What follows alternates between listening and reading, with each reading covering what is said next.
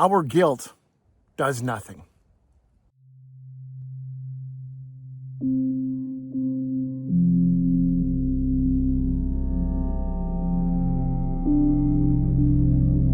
I want to tell you a story of the first time that I really fully realized and understood what white privilege was. So, in the late 90s, I was with a group of people and we were listening to a survivor, a Dakota survivor of the boarding schools, which are a horrific stain on this country's history. Children were abducted from their parents and their families. Does this sound familiar?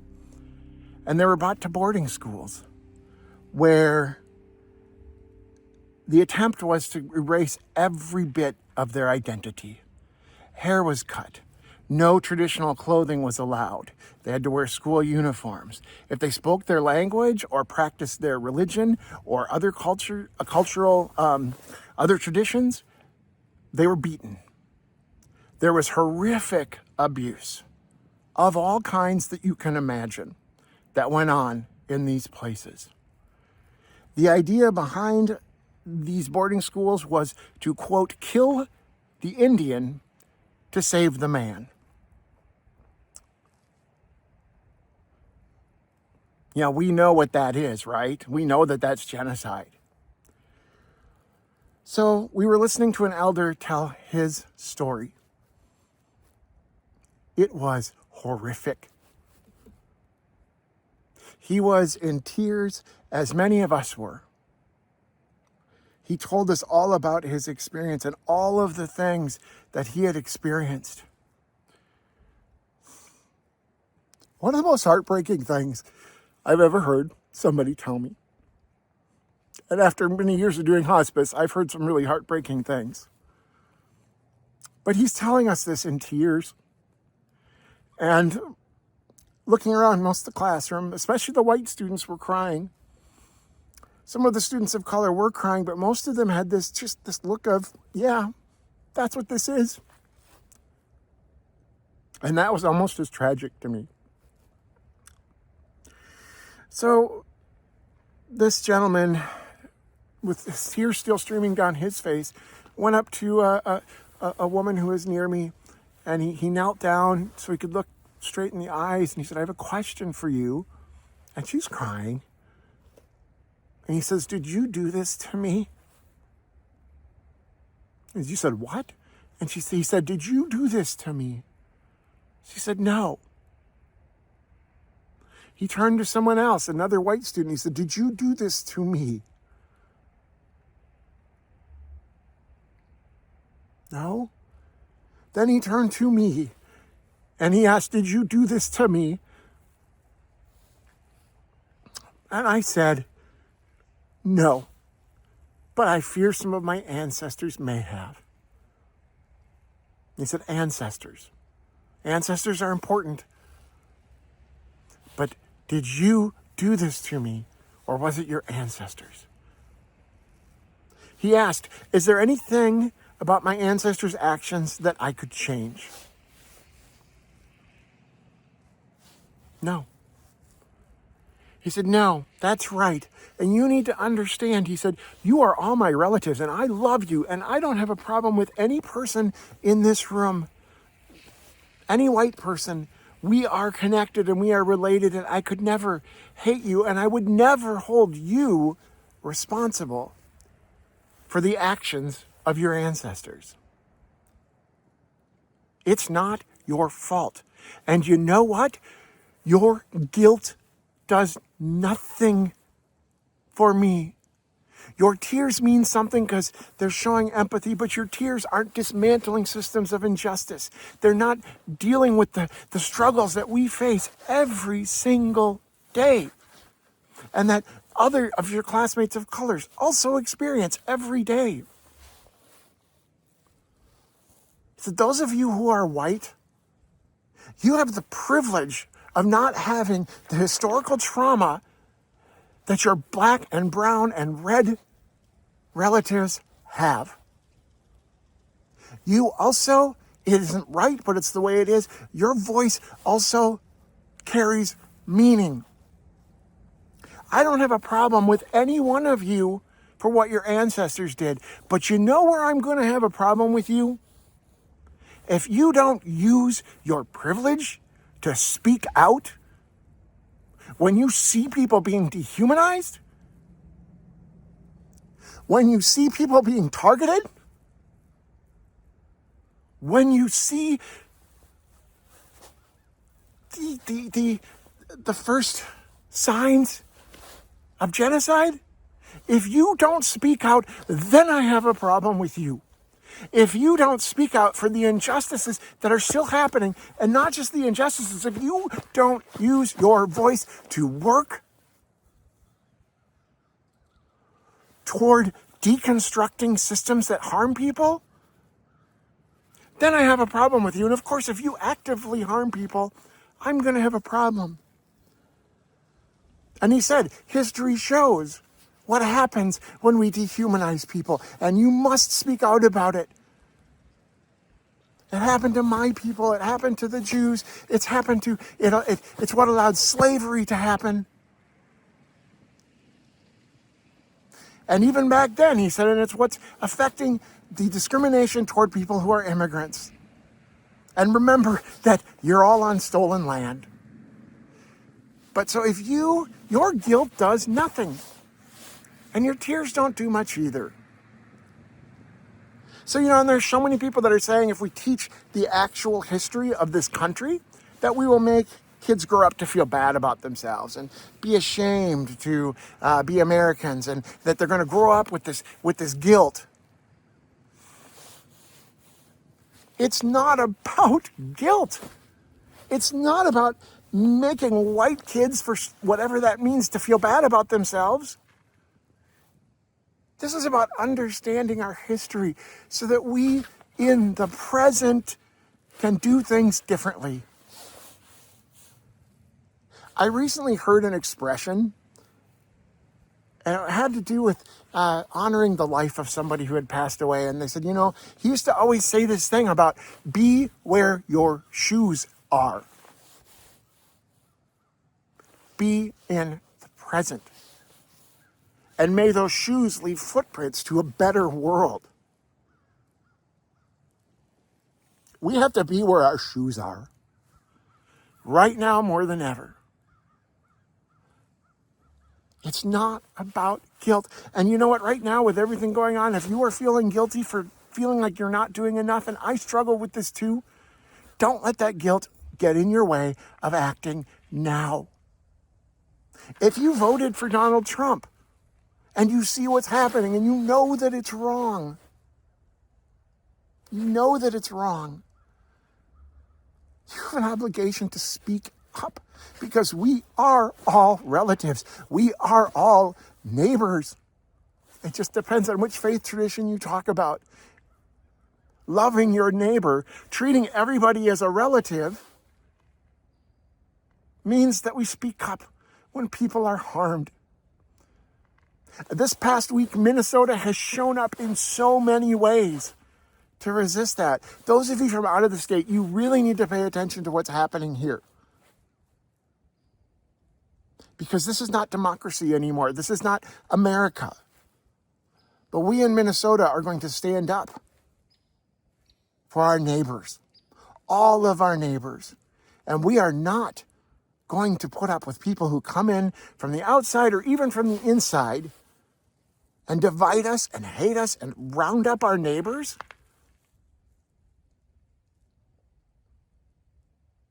As I'm talking to you right now, we're dealing with yet another shooting by ICE agents of a person, of a white person, an American citizen. Not that that should matter. Nobody deserves to be shot or rounded up or tortured or any of the other things they're doing. And I don't know yet exactly where this is going to play out, but I've seen video from 3 angles at this point. And whether the man was armed, as he supposedly, as it sounds like he had a legal right to carry, which you'd think some of those ICE agents would actually support, Whether that happened, I don't know. And I don't know if a weapon was drawn, but it sure looks to me like that they were beating on a man who was there standing up for his neighbors. They were beating him as a group. You've probably seen the video. And then they shot him.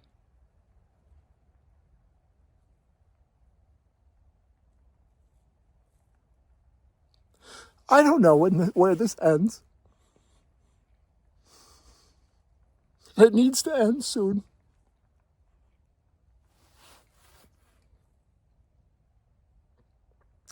This is not who we are in Minnesota. And even though this country was founded on genocide, it's also founded on a dream.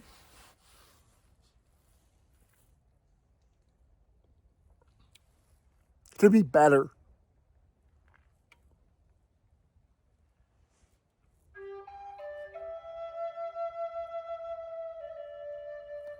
Love your neighbors. Remember, we can't change the past, but we can change the now.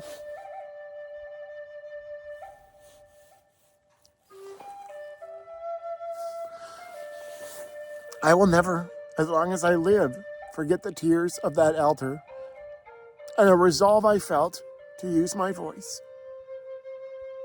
And the irony is that you may have seen some information on this. The Whipple building, federal building here in Minnesota, where they are rounding up immigrants from, stands on the site of a Native American, of a Dakota concentration camp, where people were rounded up, people were killed, people were starved to death. And this is near the sacred confluence, sacred to the Dakota, sacred confluence of the Minnesota and Mississippi River. So it could not be more sacred. Yet this sacred land is knowing nothing but tears and brutality and oppression. How many more people will be harmed at that location? How many people will be harmed in this state and in this country?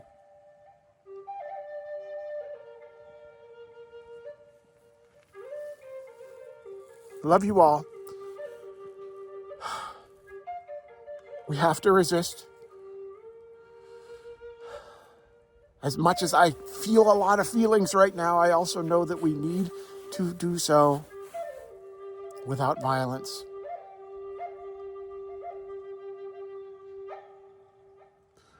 Although I fear that violence is coming, more violence than is already being perpetrated. May we still work for peace, but a peace with justice. Peace sometimes means raising our voices. It means yelling. It means chanting. It means singing.